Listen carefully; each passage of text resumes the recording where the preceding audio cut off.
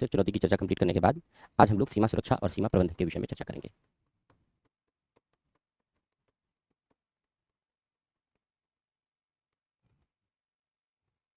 सीमा सुरक्षा और सीमा प्रबंधन। तो भारत की जो सीमाएं हैं, जिसमें थल सीमा है, जल सीमा है और इसके अलावा जो हमारी हवाई क्षेत्र की सीमा है, इन सारी सीमाओं की सुरक्षा करना बेहद जरूरी है आंतरिक सुरक्षा के लिए। अगर ये सीमाएं सुरक्षित नहीं होंगी तो हमारा देश सुरक्षित नहीं होगा। इसलिए सीमाओं की सुरक्षा हमारी प्राथमिकता है। लेकिन केवल और केवल सीमाओं की सुरक्षा नहीं की जा सकती, हमें सीमाओं की सुरक्षा के साथ साथ सीमाओं का संपूर्ण प्रबंधन भी करना पड़ेगा, क्योंकि बिना प्रबंधन के सुरक्षा नहीं हो सकती। तो कैसे सीमा सुरक्षा और सीमा प्रबंधन पर कार्य करना है, कैसे कदम उठाए गए हैं, उन्हीं के बारे में हम लोग यहाँ पर चर्चा करने जा रहे हैं। आज की यूनिट हमारी सीमा सुरक्षा और सीमा प्रबंधन है, सेकंड लास्ट यूनिट है। कल हम लोग का सिक्योरिटी का टॉपिक कंप्लीट हो जाएगा। सुरक्षा बल कल हम लोग पढ़ेंगे और ये हम लोग का लास्ट टॉपिक होगा, अंतिम टॉपिक होगा। सीमाओं की सुरक्षा के लिए जो कदम विगत वर्षों में उठाए गए हैं, भारत सरकार ने प्रभावी तरीके से सीमाओं की सुरक्षा के लिए भूमिका निभाई है, कदम उठाए हैं। 15,106 किलोमीटर की सीमा लगभग हमारी थल सीमा है, और पहले जो हमारी तटीय सीमा थी वो 7,500 किलोमीटर की थी। लेकिन 2023-24 में सरकार ने गणना कराई है और उसमें जो हमारे द्वीपीय एरिया है उन सबको भी शामिल किया गया है। तो 11,098 किलोमीटर की हमारी तट रेखा है, तटीय सीमा है।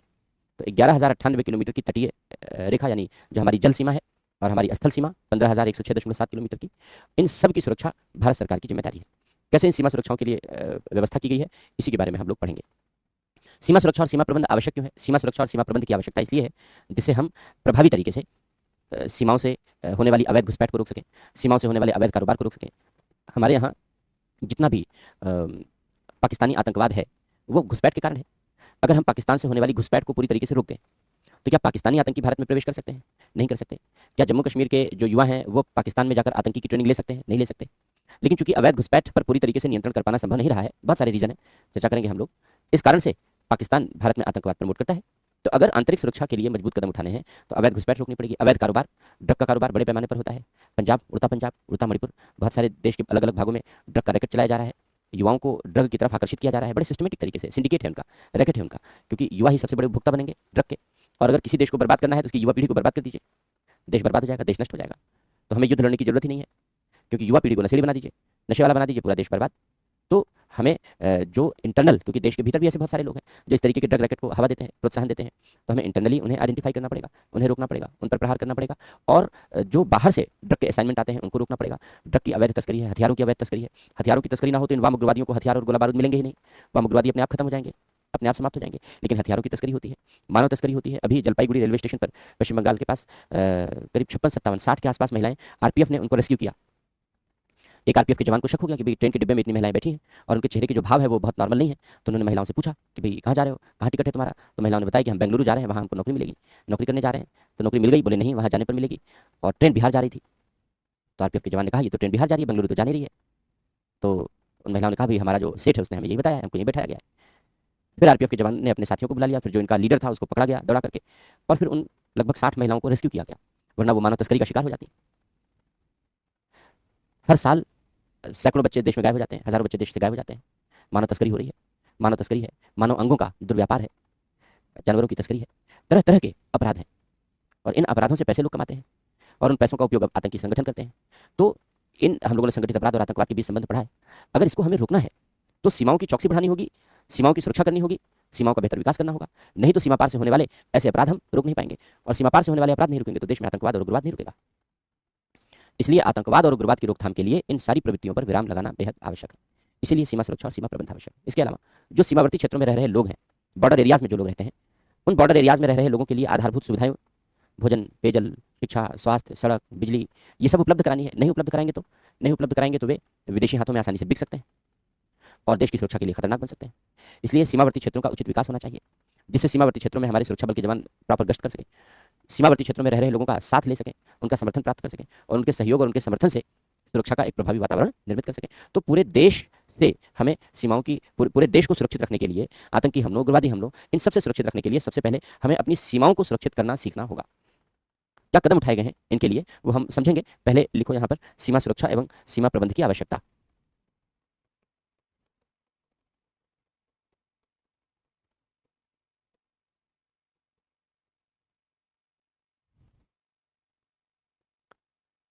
सीमा सुरक्षा एवं सीमा प्रबंध की आवश्यकता लिखो। सीमा सुरक्षा एवं सीमा प्रबंध की आवश्यकता में लिखो भारत अन्य देशों से यानी पड़ोसी देशों से, भारत अन्य देशों से, पड़ोसी देशों से 15,106.7 किलोमीटर की सीमा साझा करता है, शेयर करता है।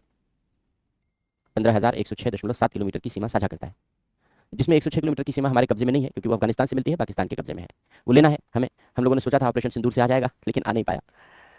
ऑपरेशन सिंदूर बीच में रुक गया, समाप्त तो नहीं हुआ है, हमारे सेनाध्यक्ष ने कहा है, सरकार ने कहा है, लेकिन रोक दिया गया है बीच में। तो उम्मीद है फिर शुरू करें एक बार, और शुरू करके कम से कम अफगानिस्तान को तक पहुँच तो जाए, जो हमारी सीमा है हमारे कब्जे में आ ही जाए। लेकिन कैसे होगा, मुश्किल है, क्योंकि चीन होने नहीं देना चाहेगा, क्योंकि उस एरिया में चीन का इंटरेस्ट है, चीन निवेश कर रहा है, निवेश कर चुका है। और अगर भारत वहाँ डेवलपमेंट करेगा, भारत पहुँच जाएगा, तो चीन का निवेश खत्म हो जाएगा, तो चीन चाहता नहीं। तो लिखो फिलहाल 15,106.7 किलोमीटर है। इसके अतिरिक्त भारत की तटीय सीमा, भारत की तटीय सीमा 2023-24 के पुनर्निर्धारण के पश्चात, 2023-24 के पुनर्निर्धारण के पश्चात 11,098 किलोमीटर है। 11,098 किलोमीटर है। इन सीमाओं की सुरक्षा और प्रबंध किए बिना, इन सीमाओं की सुरक्षा और प्रबंध किए बिना देश की सुरक्षा की कल्पना नहीं की जा सकती। जल और थल सीमाओं के अतिरिक्त हवाई सीमा, एरियल स्पेस, हवा, जल और थल सीमा के अतिरिक्त हवाई सीमा और अंतरिक्ष की सुरक्षा भी आवश्यक है। स्पेस की सुरक्षा भी जरूरी। यह सुरक्षा निम्नलिखित कारणों से आवश्यक है। यह सुरक्षा निम्नलिखित कारणों से आवश्यक है। पहला पॉइंट लिखो, सीमा पार से होने वाली अवैध घुसपैठ को रोकने के लिए, सीमा पार से होने वाली अवैध घुसपैठ को रोकने के लिए। दूसरा पॉइंट लिखो, सीमा पार से होने वाले अवैध कारोबार जैसे ड्रग की तस्करी, सीमा पार से होने वाले अवैध कारोबार जैसे ड्रग की तस्करी, हथियारों की तस्करी आदि को रोकने के लिए, आदि को रोकने के लिए।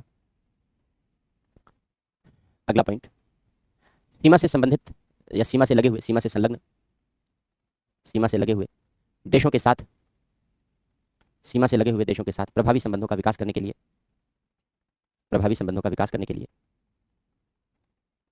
अगला पॉइंट, सीमावर्ती क्षेत्रों में, सीमावर्ती क्षेत्रों में आधारभूत संरचनाओं का विकास करने के लिए, सीमावर्ती क्षेत्रों में आधारभूत संरचनाओं का विकास करने के लिए। नेक्स्ट पॉइंट, सीमावर्ती क्षेत्रों में आधारभूत सुविधाएं उपलब्ध कराने के लिए, सीमावर्ती क्षेत्रों में आधारभूत सुविधाएं उपलब्ध कराने के लिए। तो ये हो गया आवश्यकता। अब क्या कदम उठाए गए हैं, तो पहले हम लोग स्थल सीमा की बात कर लेते हैं, कि जो हमारी स्थल सीमा है, तो स्थल सीमा हम लोगों की कई सारे देशों से होकर के गुजरती है। किन किन देशों से होकर के हमारी स्थल सीमा गुजरती है?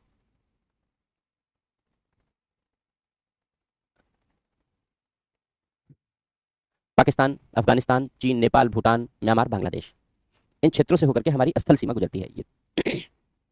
अब इस स्थल सीमा की सुरक्षा के लिए हमने अलग अलग तरीके अपनाए हैं, कदम उठाए हैं।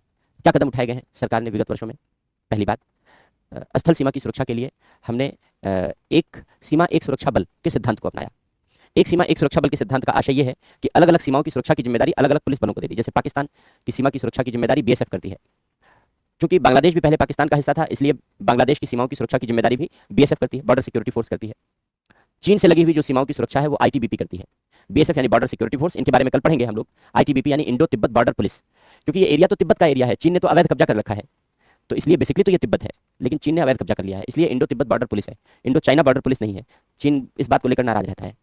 नेपाल और भूटान, इन दोनों क्षेत्रों की सुरक्षा के लिए एसएसबी है, सशस्त्र सीमा बल है। जैसे नेपाल में इस समय काफ़ी चौकसी की जरूरत है ना, क्योंकि नेपाल में बड़ी तेजी से परिवर्तन हुआ है, जंजीज ने परिवर्तन किया है, और इस परिवर्तन के बाद अब नेपाल और भारत के बीच संबंधों में फिर थोड़े बहुत परिवर्तन आएंगे। वो आईआर में पढ़ते हैं हम लोग, इसलिए नेपाल हमने यहाँ कवर नहीं किया, क्योंकि सुरक्षा को लेकर कोई चैलेंज नहीं है हमारे लिए। जो कुछ है वो संबंधों को लेकर है, तो वो आईआर का विषय होगा, तो वो आईआर में पढ़ा जाएगा। तो नेपाल और भूटान की सुरक्षा एसएसबी सशस्त्र सीमा बल करती है, क्योंकि ये दो देश ऐसे हैं जहां आने जाने के लिए वीजा और पासपोर्ट की जरूरत नहीं है, बड़े सौहार्दपूर्ण संबंध है, इसलिए जो एसएसबी है वो लॉ एंड ऑर्डर भी देखती है और सुरक्षा भी करती है, तो ये दोनों जिम्मेदारी निभाती है।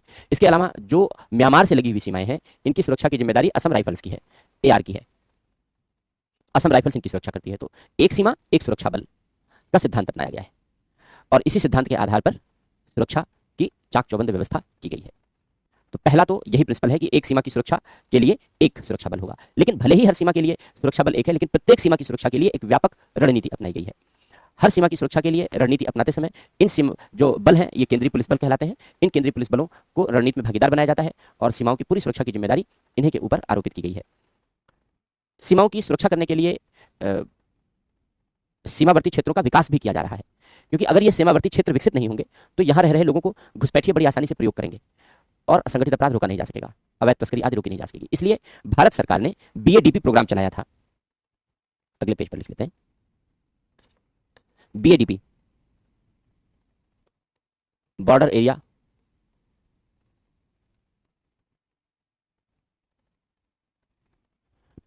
भारत सरकार ने बॉर्डर एरिया डेवलपमेंट प्रोग्राम चलाया है, बीएडीपी प्रोग्राम चलाया है।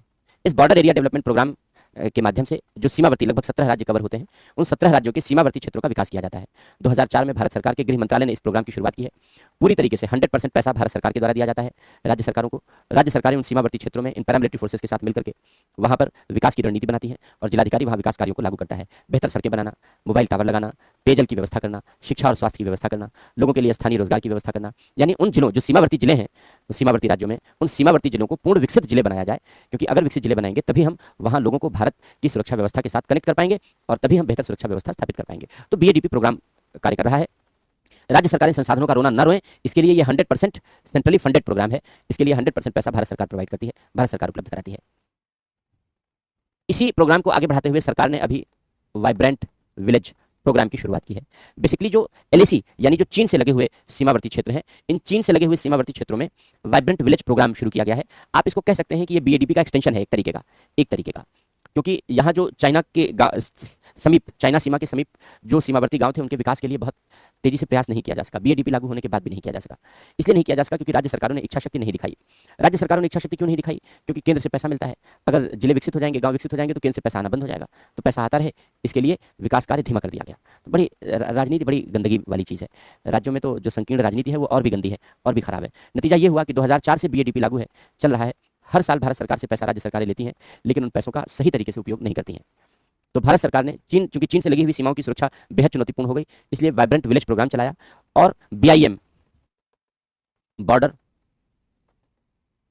इंफ्रास्ट्रक्चर मैनेजमेंट स्कीम चलाई सरकार ने।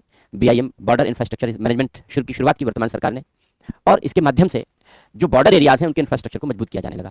अभी तक हमारे बॉर्डर एरियाज ऐसे थे जहां हमारे सुरक्षा बल तैनात होते हैं और 50-50, 60-60 किलोमीटर तक पानी पीने की कोई व्यवस्था नहीं होती। पानी के बड़े बड़े टैंकर लगे होते हैं, वो 50-60 किलोमीटर दूर से पानी ढोकर लेकर आते हैं सुरक्षा बलों के लिए। आप कल्पना करो कि वहाँ आसपास क्षेत्रों में रहने वाले गांव कितनी असुविधा में रहते होंगे। लेकिन अब इस तरीके का जो इंफ्रास्ट्रक्चर है, जो अभी तक आज़ादी के बाद से चला आ रहा था, इस इंफ्रास्ट्रक्चर को समाप्त किया जा रहा है।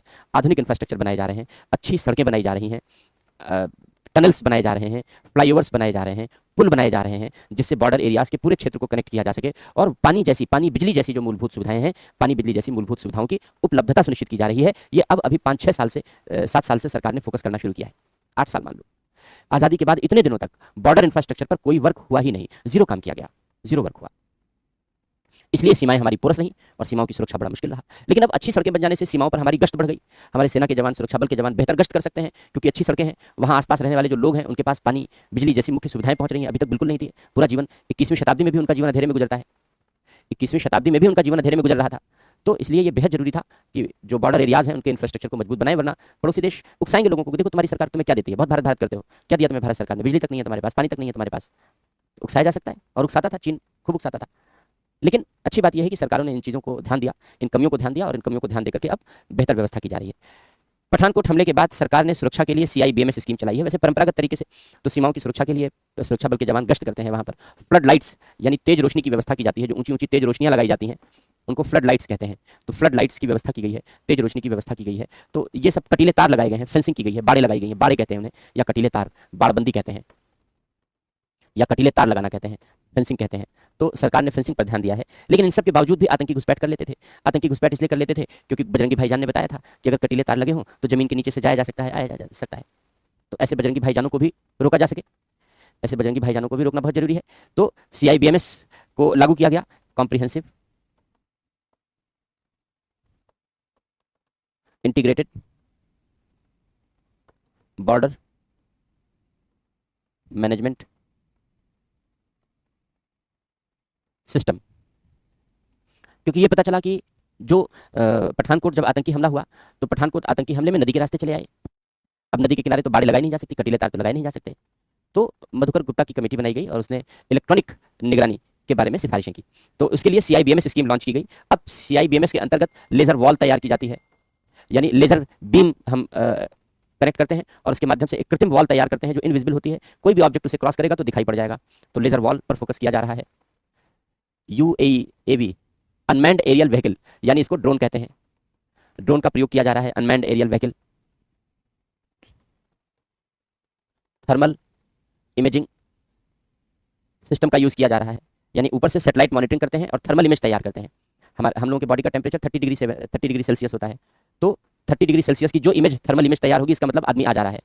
अगर उससे कम होगा या ज़्यादा होगा तो फिर वो क्योंकि जानवर भी तो जंगल में टहलते रहते हैं, तो इसलिए थर्मल इमेजिंग के माध्यम से आइडेंटिफाई किया जाएगा कि कहाँ मैन मूवमेंट है, आदमियों का मूवमेंट है, उन्हें पकड़ा जाएगा। तो थर्मल इमेजिंग सिस्टम का इस्तेमाल किया जा रहा है। अंडरग्राउंड सर्विलांस सिस्टम, बजरंगी भाईजान जैसे लोगों को रोकने के लिए अंडरग्राउंड सर्विलांस सिस्टम लगाया जा रहा है कि कोई सुरंगों के, जैसे पाकिस्तान से आने वाले आतंकी अब सुरंगों का उपयोग करते हैं और सुरंगों के माध्यम से भारत में घुसपैठ करते हैं। तो अंडरग्राउंड सर्विलांस सेंसर हम लोग लगाएंगे। तो उन सेंसर के माध्यम से अंडरग्राउंड सर्विलांस सेंसर यूज़ किए जाएंगे और उन सेंसर के माध्यम से हम जमीन के नीचे होने वाली एक्टिविटी को आइडेंटिफाई कर लाएंगे इत्यादि। तो इस तरीके के इलेक्ट्रॉनिक उपकरणों का उपयोग किया जाएगा और इलेक्ट्रॉनिक उपकरणों का उपयोग करके हम सीमाओं की अब बेहतर सुरक्षा कर पाएंगे। तो ये सारे कदम सीमा सुरक्षा के लिए विगत वर्षों में भारत सरकार के द्वारा उठाए गए हैं और निसंदेह हम ये कह सकते हैं कि सीमा सुरक्षा डे बाय डे, जो सीमा सुरक्षा की क्वालिटी है वो हमारी इंप्रूव हुई है और विगत 10 वर्षों में तो काफ़ी तेज काम हुआ है इस पर। कम से कम बॉर्डर एरियाज में तो बहुत तेज काम हुए हैं। लोगों में विश्वास जताने के लिए जब भी 26 जनवरी और 15 अगस्त का समारोह, हमारे यहाँ राष्ट्रीय समारोह आयोजित किया जाता है, तो अब जो वाइब्रेंट विलेजेस हैं, यानी जो सीमावर्ती गांव हैं, उन सीमावर्ती गांव के प्रधानों को या वहाँ के लोगों को बुलाया जाता है भारत सरकार के मेहमान के तौर पर, गेस्ट के तौर पर। भारत सरकार उन्हें खुद बुलाती है 26 जनवरी की परेड में हिस्सा लेने के लिए, 15 अगस्त में हिस्सा लेने के लिए। उसका एक बेनिफिट ये है कि जो वाइब्रेंट विलेजेस थे, यानी जिनको पहले हम सीमांत गाँव कहते थे, अब उनको प्रथम गाँव कहा जाता है, फर्स्ट गाँव की संज्ञा दी जा रही है। नजरिया बदल गया, नजरिए की बात है। पहले की सरकारें इसे सीमांत गाँव, देश का अंतिम गाँव कहती थी। वर्तमान सरकार ने ये कॉन्सेप्ट बदल दिया। उसका कहना है इसे देश का पहला गाँव कहा जाएगा, इसे देश के पहले गांव की संज्ञा दी जाएगी। तो ये जितने भी देश के पहले गांव हैं, क्योंकि दूर दराज क्षेत्रों में हैं, आजीविका आदि के साधन बहुत अच्छे नहीं रहे हैं, इसलिए ऐसे लोगों को भी दिल्ली बुलाया जाए, दिल्ली घुमाया जाए और 26 जनवरी 15 अगस्त के पर्व से जोड़ा जाए, क्योंकि वे सामान्यतः नहीं आ सकते, नहीं आ पाते। तो इससे जो सीमावर्ती गांव में रह रहे लोग हैं, उनका भारत के साथ एक बड़ा राष्ट्रवादी जुड़ाव होगा। पहले भी था, पहले भी रहा है और ये जुड़ाव मजबूत होगा तो सुरक्षा के कार्यों में लोगों की बेहतर भागीदारी विकसित की जा सकेगी, बेहतर सहयोग विकसित किया जा सकेगा। और जब लोगों की बेहतर भागीदारी विकसित की जाएगी सुरक्षा के कार्यों में, सीमा सुरक्षा और सीमा प्रबंध के कार्यों में, तो सीमा सुरक्षा और सीमा प्रबंध का कार्य बेहतर तरीके से संपादित हो सकेगा, बहुत अच्छे तरीके से संपादित हो सकेगा। तो ये सीमा सुरक्षा और प्रबंध के लिए जो स्थल सीमा है, उस स्थल सीमा के लिए प्रावधान किए गए हैं। इसके बाद फिर जो हमारी तट रेखा है, तटीय सीमा है, उसके लिए हम लोग चर्चा करेंगे। पहले इसको लिख लो थोड़ा सा, जो हम लोगों ने पढ़ा है। तो हेडिंग है हमारी थल सीमा की सुरक्षा, स्थल सीमा की सुरक्षा या थल सीमा की सुरक्षा। लिखो स्थल सीमा की सुरक्षा, लिखो या थल सीमा की सुरक्षा। पहला पॉइंट लिखो। भारत की पॉइंट में लिखते चलते हैं। भारत की थल सीमाओं की सुरक्षा के लिए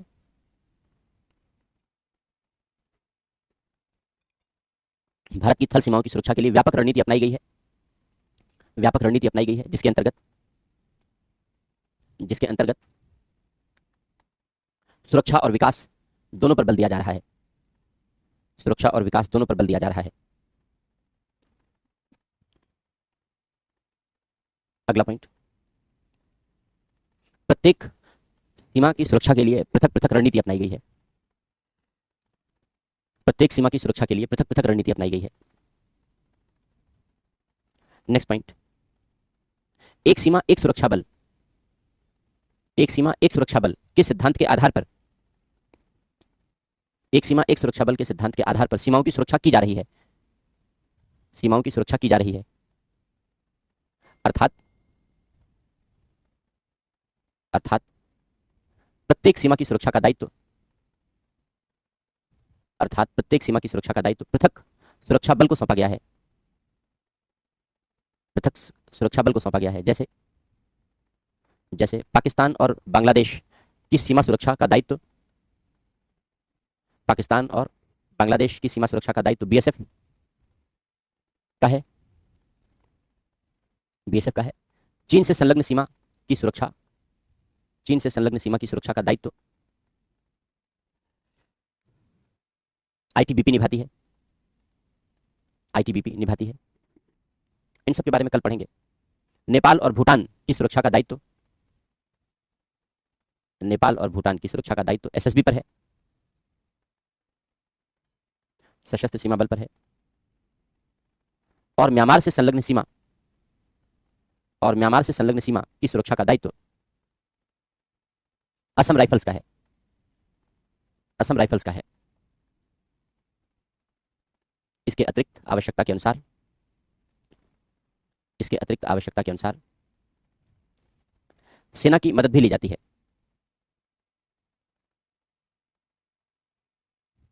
अगला पॉइंट लिखो, गृह मंत्रालय सीमाओं की सुरक्षा और प्रबंधन, गृह मंत्रालय, भारत सरकार का गृह मंत्रालय सीमाओं की सुरक्षा और प्रबंधन के दायित्व का निर्वाह करता है, के दायित्व का निर्वाह करता है। भारत सरकार का गृह मंत्रालय सीमाओं की सुरक्षा और प्रबंधन के दायित्व का निर्वाह करता है। नेक्स्ट पॉइंट लिखो, गृह मंत्रालय के अधीन 2004 में,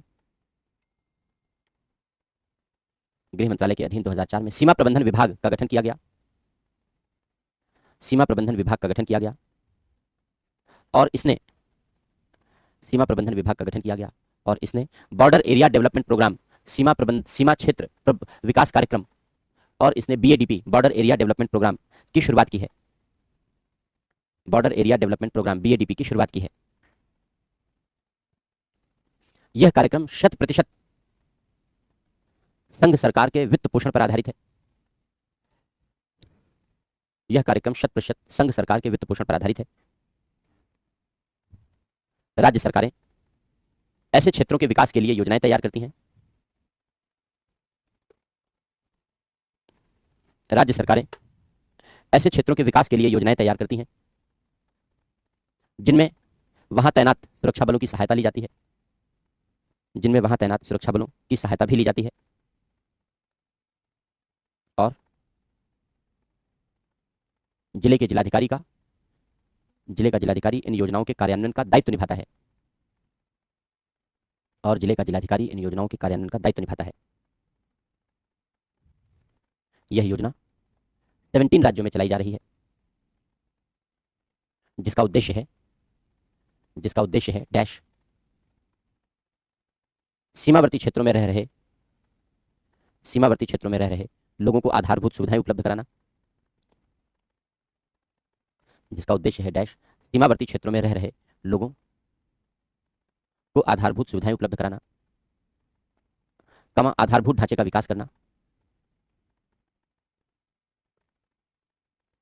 आधारभूत ढांचे का विकास करना, कमा इन क्षेत्रों में रह रहे लोगों के लिए, इन क्षेत्रों में रह रहे लोगों के लिए सुरक्षा, विकास और अच्छे शासन के लक्षणों को सुनिश्चित करना,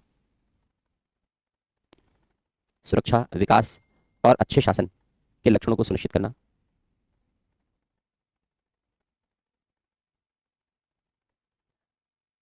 कमा लोगों में जागरूकता विकसित करना, लोगों में जागरूकता विकसित करना, और सुरक्षा और विकास कार्यों में, और सुरक्षा और विकास कार्यों में इनकी प्रभावी भागीदारी विकसित करना, इनकी प्रभावी भागीदारी विकसित करना।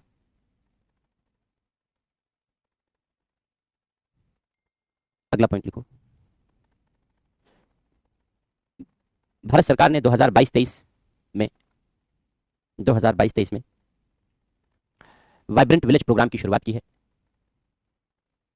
वाइब्रेंट विलेज प्रोग्राम की शुरुआत की है।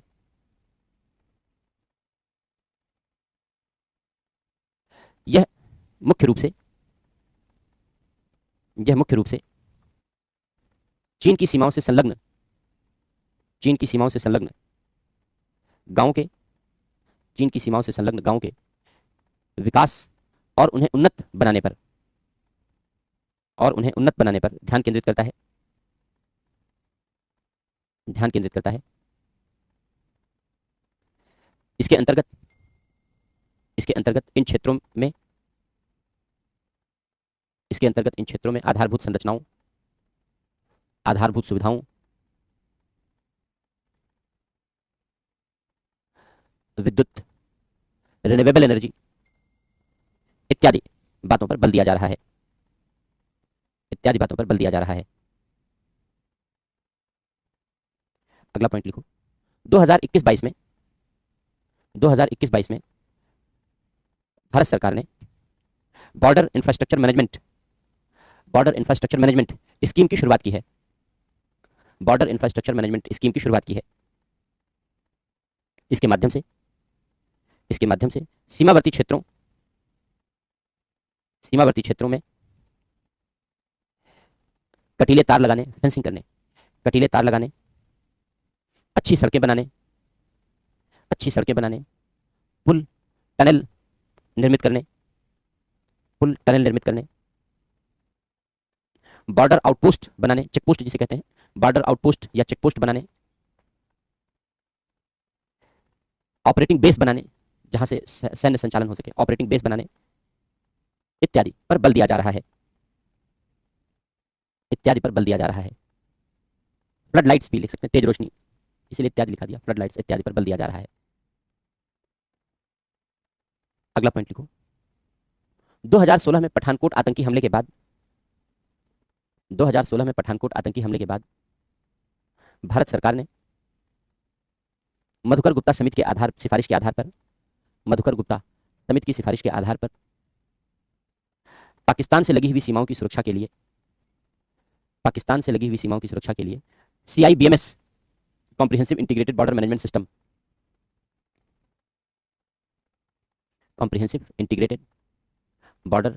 मैनेजमेंट सिस्टम CIBMS की शुरुआत की है।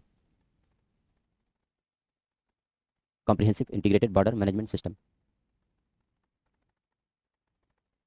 CIBMS की शुरुआत की है। यद्यपि इसका विस्तार अब अन्य सीमाओं पर भी किया जा रहा है। लोक निजी भागीदारी के आधार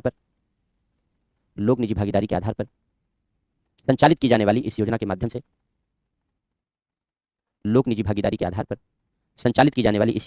से सीमाओं की इलेक्ट्रॉनिक उपकरणों की सहायता से निगरानी का प्रावधान किया जा रहा है। जैसे ये लिख लो, ये सब laser wall, unmanned aerial vehicle यानी UAV drone, thermal imaging system, underground surveillance system इत्यादि, या अंडरग्राउंड सर्विलांस सेंसर भी लिख सकते हैं इत्यादि। तो ये लिख लो उदाहरण के रूप में।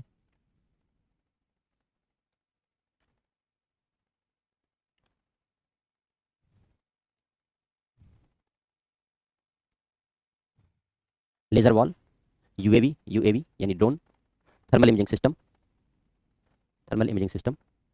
अंडरग्राउंड सर्विलांस सिस्टम इत्यादि। आप देवनागरी में भी इसको ऐसे लिखिए, लेजर वॉल, ड्रोन तो है ही है, थर्मल इमेजिंग सिस्टम, ऐसे देवनागरी में भी लिख लीजिए, कोई दिक्कत नहीं है, अंडरग्राउंड सर्विलांस सिस्टम। अगला पॉइंट लिखिए, सीमावर्ती देशों या पड़ोसी देशों के साथ अच्छे संबंधों के विकास पर बल दिया जा रहा है। पड़ोसी देशों या सीमावर्ती देशों के साथ अच्छे संबंधों के विकास पर बल दिया जा रहा है। तो ये हो गए सीमा सुरक्षा के बारे में। स्थल सीमा सुरक्षा, क्या चैलेंजेस हैं स्थल सीमा सुरक्षा के संबंध में? इतना सब कुछ होने के बावजूद भी जो सीमावर्ती क्षेत्रों में आज भी पूरी बाड़बंदी अभी तक नहीं हो पाई है। जैसे बांग्लादेश की सीमा है, म्यांमार की सीमा के लिए तो अभी निर्णय लिया गया है, तो बाड़े नहीं लगाई गई हैं, कटीले तार नहीं लगाए गए हैं। कुछ सीमाएं ऐसी हैं जहां हम लगाना नहीं चाहते, जैसे नेपाल और भूटान की सीमा पर, क्योंकि मित्रवत व्यवहार है दोनों देशों के बीच, बिना वीज़ा और पासपोर्ट वाले व्यवहार हैं, तो वहाँ बाड़े लगाना नहीं चाहते। लेकिन पाकिस्तान, बांग्लादेश, म्यांमार, इन सीमाओं पर हमें बाड़े लगाने हैं। अभी कुछ क्षेत्रों में काम चल रहा है। इलेक्ट्रॉनिक फेंसिंग का भी काम हो रहा है। लेजर वॉल इलेक्ट्रॉनिक फेंसिंग है एक तरीके से। तो इलेक्ट्रॉनिक उपकरणों का भी उपयोग कर रहे हैं हम लोग। पैसे की थोड़ी कमी हो जाती है क्योंकि ये सब महंगे उपकरण हैं, इनको इंस्टॉल करना, ऑपरेट करना, तो हमने निजी क्षेत्रों की भूमिका को आमंत्रित किया है और PPP के माध्यम से ये कार्य संपादित किए जा रहे हैं, जिससे कि प्रभावी तरीके से नियंत्रण लगाया जा सके। लेकिन इसके बावजूद भी सीमा पार से आतंकी घुसपैठ कर ही जाते हैं, क्योंकि स्थितियां बड़ी जटिल हैं। जो भौगोलिक स्थिति है वो बेहद जटिल है, बेहद चुनौतीपूर्ण है। बहुत पोरस बाउंड्रीज है हमारी, इनको कहते हैं इंग्लिश में पोरस बाउंड्रीज है हमारी, छिद्रिल सीमाएं हैं, यानी भौगोलिक रूप से बेहद जटिल सीमाएं हैं। बहुत उपाय करने के बाद भी कमियां रही जाएंगी, क्योंकि नदियां हैं, खाई हैं, घने जंगल है जहां सूरज का प्रकाश भी नीचे दिन में न पहुंचे, सुरंगें हैं सीमावर्ती क्षेत्रों में, ऊंचे पहाड़ हैं, तो कहीं नदियां हैं बहुत ज़्यादा। जैसे बांग्लादेश और भारत के बीच 54 नदियां, 54 नदियां साझा होती हैं। अब उन नदियों की निगरानी कैसे करोगे? हर बाढ़ में नदी रास्ता अपना बदल देती है, थोड़ा बहुत चेंज हो जाता है, तो कटीले तार तो उन क्षेत्रों में लग ही नहीं सकते। बहुत सारे एरिया एरिया दलदली क्षेत्र हैं, उन क्षेत्रों में कटीले तार कैसे लगेंगे?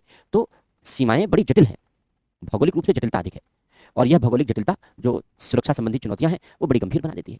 हालांकि फिर भी इन मुश्किल हालातों में भी हमारे जो जवान हैं वो बहुत अच्छी भूमिका निभाते हैं, लेकिन फिर भी भौगोलिक जटिलता एक बड़ी चुनौती के रूप में काम करती है।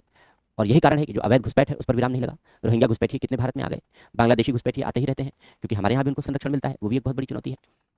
तो घुसपैठियों का आना आज भी जारी है, और दुर्भाग्य का विषय है कि हमारे ही देश के कुछ राजनीतिक दल और कुछ बुद्धिजीवी घुसपैठियों को संरक्षण देते हैं, बुलाते हैं उन्हें कि कोई बात नहीं, आ जाओ हमारे यहाँ रहो और बसो। अवैध कारोबार पर पूरी तरीके से नियंत्रण नहीं लग सका है। जब अवैध घुसपैठी है तो अवैध कारोबार होगा, 100% होगा। भाई घुसपैठियों के पास क्या रोजगार होगा? दो वक्त की रोटी तो चाहिए ना, राशन कार्ड तो बनेगा नहीं, हालांकि छल बल से सब बनवा लेते हैं। नेता बुलाता है, नेता सबका बनवा देता है, ration card, voter ID card, Aadhaar card सब बनवा देता है, क्योंकि उसे वोट चाहिए। तो घुसपैठियों के भी वोटर आईडी कार्ड हैं, घुसपैठियों के भी आधार कार्ड हैं हमारे देश में। जिनका वोटर लिस्ट में नाम नहीं है वो भी वोट देते रहे हैं अभी, और बड़े बड़े लोग अभी तो। जब ये वोट चोरी का मुद्दा उठा, तो फिर इतिहास खंगाला जाने लगा। जब इतिहास खंगाला जाने लगा तो फिर परिस्थितियां बड़ी विषम निकली कि पहला जब इलेक्शन हुआ तो पहले इलेक्शन में जो शिक्षा मंत्री थे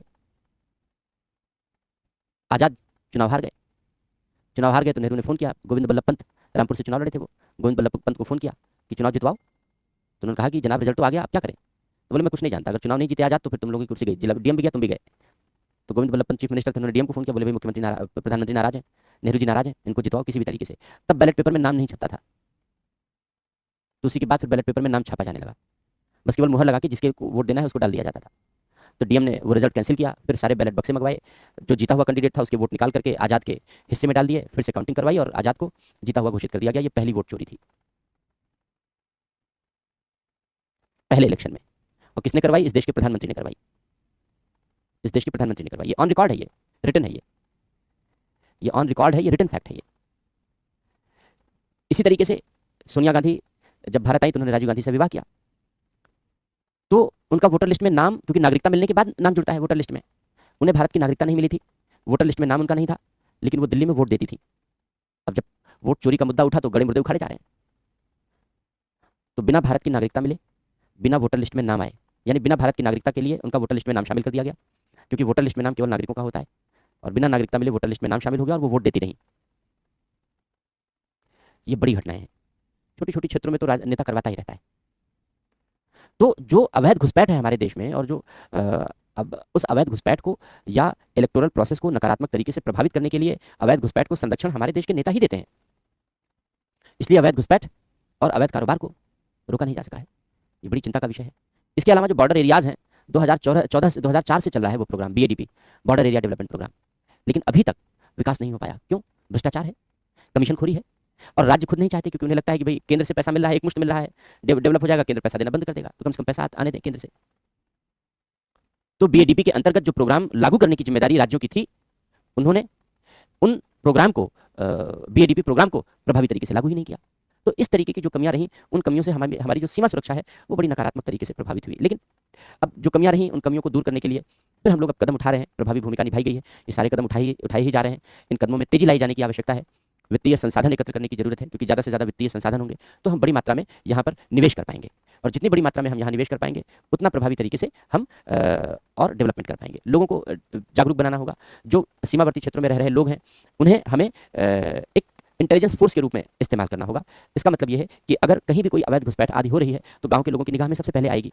तो अगर उन्हें हम इंटेलिजेंस के साथ कनेक्ट कर दें, उन्हें हम सुरक्षा बलों के साथ कनेक्ट कर दें, उनमें अवेयरनेस बनाई जाए, विलेज वॉलंटियर फोर्स जैसी चीज़ बना दें हम, तो सीमाओं की सुरक्षा और प्रबंध और चाक चौबंद तरीके से हो सकता है और बेहतर तरीके से हो सकता है। इसके अलावा पड़ोसी देशों के साथ हमें संबंध सुधारने होंगे, हालांकि बेहद मुश्किल काम है, बेहद चुनौती भरा कार्य है, क्योंकि पाकिस्तान और चीन जैसे पड़ोसी के साथ संबंध कभी सुधर नहीं सकते। तो लेकिन फिर भी हमें प्रयास करने होंगे, क्योंकि जिस तरीके से विगत वर्षों में पाकिस्तान और चीन ने हमारी सीमाओं की सुरक्षा के लिए खतरा उत्पन्न किया है, वो भविष्य के लिए एक गंभीर चुनौती है। तो पड़ोसी देशों के साथ संबंधों को मैनेज करना भी आना होगा। सुधारने का मतलब है मैनेज करना पड़ेगा, क्योंकि इनसे तो संबंध सुधरने वाले नहीं है, न पाकिस्तान सुधरेगा न चीन सुधरेगा। इसलिए नहीं सुधरेगा क्योंकि हमारे यहाँ के कुछ लोग ही ऐसे हैं जो समर्थक हैं। अभी देखो, एक हफ्ते पहले, 10 दिन पहले की बात है, देश के कई सारे भागों में पाकिस्तान जिंदाबाद के नारे लगाए गए।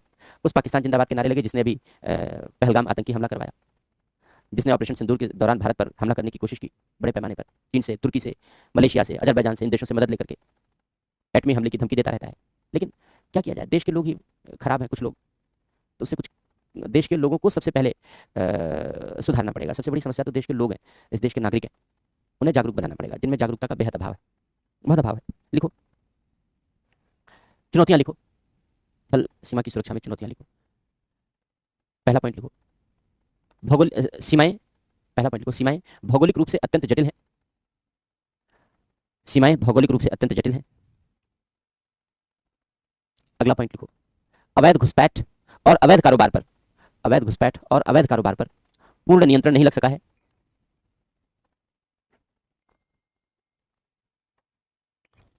अवैध घुसपैठ और अवैध कारोबार पर पूर्ण नियंत्रण नहीं लग सका है। अधिकांश सीमाएं खुली सीमाएं हैं, अभी कटीले तार वगैरह नहीं लग रहे हैं। अधिकांश सीमाएं खुली सीमाएं हैं। अगला पॉइंट लिखो, कुछ पड़ोसी देशों के साथ सीमा संबंधी विवाद हैं, जैसे पाकिस्तान और चीन। कुछ पड़ोसी देशों के साथ सीमा संबंधी विवाद हैं, जैसे पाकिस्तान और चीन। अगला पॉइंट, सीमावर्ती क्षेत्रों के विकास कार्यक्रमों का प्रभावी संपादन नहीं हो सका है। सीमावर्ती क्षेत्रों में विकास कार्यक्रमों का प्रभावी संपादन नहीं हो सका है। अगला पॉइंट, अलग अलग सीमाओं के संबंध में चुनौतियां कभी कभी अलग होती हैं, जैसे पाकिस्तान की सीमा से आतंकियों की घुसपैठ, पाकिस्तान की सीमा से आतंकियों की घुसपैठ, अवैध तस्करी, अवैध कारोबार, कमा चीन की सीमा से चीनी सेनाओं की घुसपैठ, चीन की सेनाओं की घुसपैठ आदि। या और भी लिख लो, म्यांमार की सीमा लिख लो, म्यांमार की सीमा से रोहिंग्याओं की अवैध घुसपैठ, रोहिंग्याओं की अवैध घुसपैठ, ड्रग तथा हथियारों की तस्करी, ड्रग तथा हथियारों की तस्करी, कमा बांग्लादेश की सीमा से अवैध घुसपैठ, मानव तस्करी, जानवरों की तस्करी, बांग्लादेश की सीमा से अवैध घुसपैठ, मानव तस्करी, जानवरों की तस्करी, ड्रग और हथियारों की तस्करी। अब लिखो उपाय, क्या उपाय करने चाहिए, सुझाव या उपाय। पहला पॉइंट लिखो, सीमाओं के जीवंत प्रबंधन के कार्य में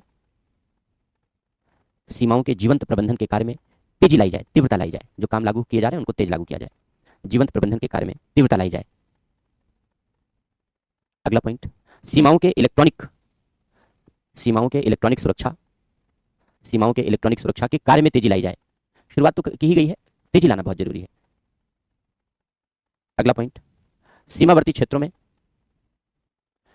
क्षेत्रों में विकास के कार्यों को गति दी जाए, तीव्र बनाया जाए। विकास के कार्यों को गति बनाया जाए, तीव्र बनाया जाए। अगला पॉइंट, विकास और सुरक्षा कार्यों में स्थानीय लोगों की भागीदारी सुनिश्चित की जाए। स्थानीय लोगों की भागीदारी सुनिश्चित की जाए। अगला पॉइंट लिखो,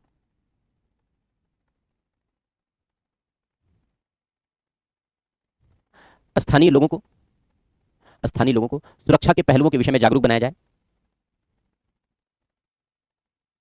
सुरक्षा के पहलुओं के विषय में जागरूक बनाया जाए और गांव की सुरक्षा, क्षेत्र की सुरक्षा के संबंध में, गांव की सुरक्षा और उस क्षेत्र की सुरक्षा के संबंध में उनके स्वैच्छिक बल निर्मित किए जाएं। वॉलंटियर फोर्स, उनके स्वैच्छिक बल निर्मित किए जाएं जो सुरक्षा बलों के साथ निरंतर संपर्क में रहें। जो सुरक्षा बलों के साथ निरंतर संपर्क में रहें। अगला पॉइंट, विभिन्न इकाइयों के मध्य, जैसे राजनीतिक, प्रशासनिक, खुफिया इत्यादि, विभिन्न इकाइयों के मध्य प्रभावी समन्वय की स्थापना की जाए।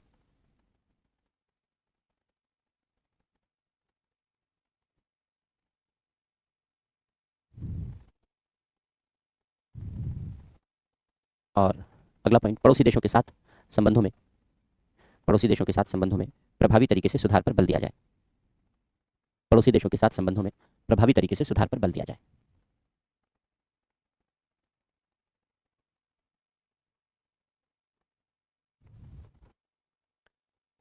अब समुद्री सुरक्षा, यानी समुद्री क्षेत्र के जो तट रेखा है उनकी सुरक्षा। तो समुद्री सुरक्षा के लिए ये जो हमारे तटीय क्षेत्र हैं, इन तटीय क्षेत्रों में जैसे ये 12 नॉटिकल मील तक की जो दूरी है, 12 नॉटिकल मील तक की जो दूरी है, इसको टेरिटोरियल वाटर जोन कहते हैं।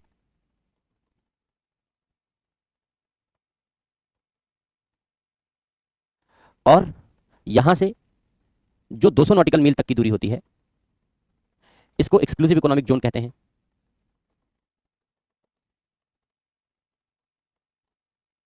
और इस 200 नॉटिकल मील के बाहर का जो क्षेत्र है वो हाई सी कहलाता है, खुला समुद्र कहलाता है। तो ये 3 चरणों में बांटा गया है जो हमारी तटीय सुरक्षा है। जो टेरिटोरियल वाटर जोन है 12 नॉटिकल मील तक की दूरी है, इसकी सुरक्षा की जिम्मेदारी समुद्री पुलिस की होती है और समुद्री पुलिस राज्य सरकार के नियंत्रण में काम करती है। जो 200 नॉटिकल मील तक की सुरक्षा है, एक्सक्लूसिव इकोनॉमिक जोन है, इसकी सुरक्षा की जिम्मेदारी तटरक्षक बल की है और जो तटरक्षक बल हैं वो भारत सरकार के रक्षा मंत्रालय के अधीन काम करते हैं। और 200 नॉटिकल मील के बाहर की जो सुरक्षा है वो भारतीय नौसेना, इंडियन नेवी करती है, जो भी रक्षा मंत्रालय के अधीन काम करती है। इस तरीके से ये तीनों मिलकर संयुक्त रूप से समुद्री सुरक्षा का खाका तैयार करते हैं, समुद्री सुरक्षा की रूपरेखा निर्मित करते हैं। इन तीनों में जो लीडिंग रोल होता है वो भारतीय नौसेना का होता है।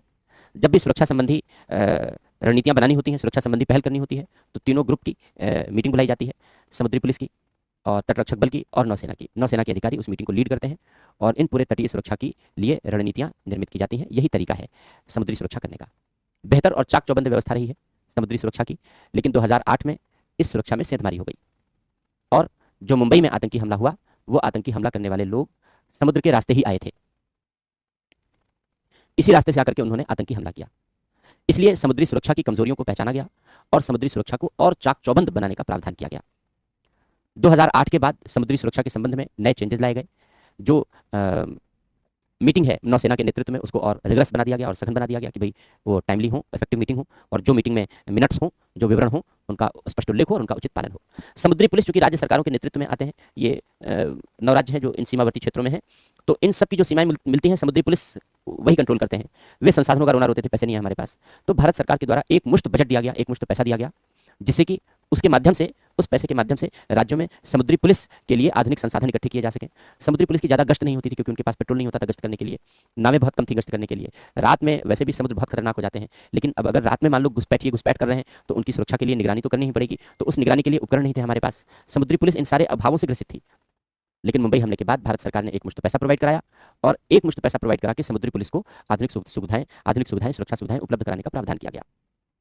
इसके बाद जो कुछ अलग अलग स्टेप उठाए गए, जैसे जो मछुआरे हैं उन मछुआरों को इलेक्ट्रॉनिक आई कार्ड दिया जाने लगा, क्योंकि समुद्री क्षेत्र में मछुआरे मछली पालन का कार्य करते हैं, मत्स्य पालन का कार्य करते हैं, तो कम से कम मछुआरों को ये जानकारी होगी कि उनके एरिया में कौन नया व्यक्ति दिखलाई पड़ रहा है, तो ऐसे लोगों की तत्काल सूचना मिले और सुरक्षा बलों को मिले और सुरक्षा बल फिर निगरानी कर सकें। तो मछुआरों के लिए इलेक्ट्रॉनिक आइडेंटिटी कार्ड बनाए जाने लगे, इशू किया जाने लगा और सुरक्षा बलों के साथ उन्हें बेहतर रूप से कनेक्ट किया गया, संवाद स्थापित किया गया, जिससे कि बेहतर निगरानी व्यवस्था, बेहतर निगरानी तंत्र निर्मित किया जा सके। इसके अलावा iMac, information management and analytical centre की स्थापना की गई, जिससे कि जो समुद्री क्षेत्र की तमाम तरीके की सूचनाएं हैं उन सूचनाओं को कलेक्ट किया जा सके, उन सूचनाओं की एनालिसिस हो सके और उनका बेहतर प्रबंध किया जा सके, तो जो समुद्री क्षेत्र में किसी भी तरीके की गतिविधियां हैं उसके बारे में जानकारी मिल सकती है। Integrated under water harbour defence surveillance system की शुरुआत की गई, IUHDSS कह सकते हैं उसे, integrated under water harbour defence surveillance system. यानी पानी के नीचे अगर कहीं कोई गतिविधियां हों तो पानी के भीतर की गतिविधियों को मॉनिटर किया जा सके, उसकी निगरानी की जा सके, उसका सर्विलांस किया जा सके, तो उसके सर्विलांस के लिए इस तरीके की गतिविधियां शुरू की गई। माइन वारफेयर डेटा सिस्टम की शुरुआत की गई कि किसी भी तरीके से समुद्र के भीतर की जो गतिविधियां हैं उन गतिविधियों के लिए एक अलग डेटा तैयार हो और उसके आधार पर कहीं अगर किसी तरीके की चीज़ें इम्प्लांट की जा रही हैं, कहीं किसी भी तरीके की चीज़ें निगरानी की विपरीत बलों के द्वारा, दूसरे देशों के द्वारा कोई निगरानी सिस्टम तैनात किया गया है, तो इन सारी चीज़ों को आइडेंटिफाई किया जा सके और उसको न्यूट्रलाइज किया जा सके। तो इस तरीके की नई नई टेक्नोलॉजी अब यूज़ की जाने लगी 2008 के मुंबई हमलों के बाद। इसके अलावा जो दूसरे देश हैं उन दूसरे देशों के साथ भी समुद्री सुरक्षा को लेकर के समझौते किए जाने लगे। जैसे अमेरिका के साथ लिमुआ समझौता किया गया, logistic exchange memorandum of agreement.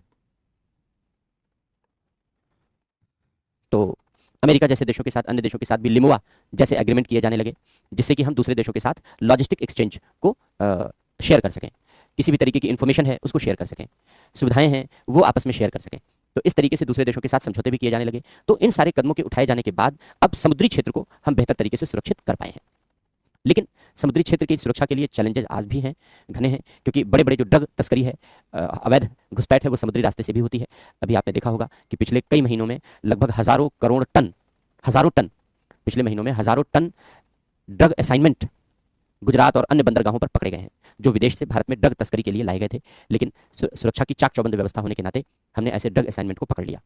तो बड़े पैमाने पर ड्रग की तस्करी समुद्री रास्ते से होती है, हथियारों की तस्करी समुद्री रास्ते से होती है, अवैध घुसपैठ का प्रयास भी समुद्री रास्ते से किया जाता है। और चूंकि समुद्र का क्षेत्र भी हमारा बहुत बड़ा है, इसलिए पूरे समुद्री क्षेत्र पर निगरानी रखने की समस्या भी हमारे पास रही है। हम ज़्यादा से ज़्यादा जो पत्तन एरिया है, पोर्ट एरिया है, उन पोर्ट एरिया और उसके आसपास के एरिया की निगरानी कर पाते हैं। इसके अलावा जो समुद्री क्षेत्र हैं, वो समुद्री क्षेत्र बेहद गहरे भी हैं और बहुत खतरनाक भी हैं, तो उनकी निगरानी नहीं की जा सकती, उनकी निगरानी नहीं की जाती रही है नॉर्मली। लेकिन अब ड्रोन वगैरह के माध्यम से उन सब क्षेत्रों की भी निगरानी किया जा रहा है। तो चैलेंजेस घुसपैठ को लेकर के रहते हैं। इसके अलावा समुद्री डकैती एक गंभीर चुनौती रही है समुद्री क्षेत्र में। जो अफ्रीका के समुद्री डकैत हैं, वो बड़े पैमाने पर समुद्री डकैती डालने के लिए इधर से आते रहे हैं। तो ऐसे परिवेश में, तो छोटा बना दिया मैंने और बड़ा बनाना पड़ेगा, तो यहाँ से जो समुद्री डकैत आते थे सोमालिया और इन सब क्षेत्रों से, तो वो हमारी सुरक्षा के लिए बेहद चिंताजनक थे। तो जो इंटरनेशनल मैरीटाइम ऑर्गेनाइजेशन है, इंटरनेशनल मैरीटाइम ऑर्गेनाइजेशन ने पहले ये 65 डिग्री देशांतर को, ये 65 डिग्री देशांतर को समुद्री डकैती के लिए संवेदनशील बताया है। 65 डिग्री देशांतर को समुद्री डकैती के लिए संवेदनशील बताया है। यानी अगर 65 डिग्री देशांतर से इधर अफ्रीका की तरफ जाएंगे तो फिर वो समुद्री डकैती से नहीं बच पाएंगे। जो समुद्री डकैतों का प्रकोप रहा है वो 65 डिग्री देशांतर तक नॉर्मली रहा है। लेकिन अब इसका प्रभाव क्या हुआ कि जब इंटरनेशनल मैरीटाइम ऑर्गेनाइजेशन ने इस तरीके का दिशा निर्देश जारी किया, तो जो तमाम समुद्री जहाज हैं वो अब इस अफ्रीका की तरफ जाने के बजाय इधर भारत की तरफ होकर के आवागमन करने लगे। जब भारत की तरफ होकर आवागमन करने लगे तो समुद्री डकैतों ने भी अपनी क्षमता बढ़ाई। उन्हें लगा कि अब तो जहाज ही नहीं मिलते हमें डकैती करने के लिए। जो व्यापारिक जहाज होते हैं उन्हीं में डकैती करते हैं, लोगों के जहाज हैं, व्यापारिक जहाज हैं, और सेना वाले जहाज पर तो कर ही नहीं सकते, खुद ही मार दिए जाएंगे। तो अब धीरे धीरे जब जहाज इधर से जाने लगे तो समुद्री डकैत भी इनका पीछा करने लगे। नतीजा ये हुआ कि वो पीछा करते करते कभी कभी भारतीय सीमा तक आ जाते हैं। इसलिए इंटरनेशनल मैरीटाइम ऑर्गेनाइजेशन ने जब इस तरीके की गतिविधियां देखी तो उसने भारत के 78 डिग्री को, 78 डिग्री देशांतर को समुद्री डकैती के लिए संवेदनशील बता दिया। अब जब 78 डिग्री देशांतर को समुद्री डकैती के लिए संवेदनशील बना दिया तो ये रेखा तो भारत की से होकर गुजरने लगी। इसका मतलब ये हो गया कि पूरा क्षेत्र समुद्री डकैती के लिए संवेदनशील हो गया। अब संवेदनशील हो गया तो ज्यादा से ज्यादा जो जहाज थे वो भारत की सीमा में होकर के बहने लगे, क्योंकि उन्हें लगा कि यहाँ इंडियन नेवी है, तटरक्षक बल हैं, अगर कहीं कुछ गड़बड़ होगी ये लोग तो बचा ही लेंगे या इनसे मदद मिली जाएगी।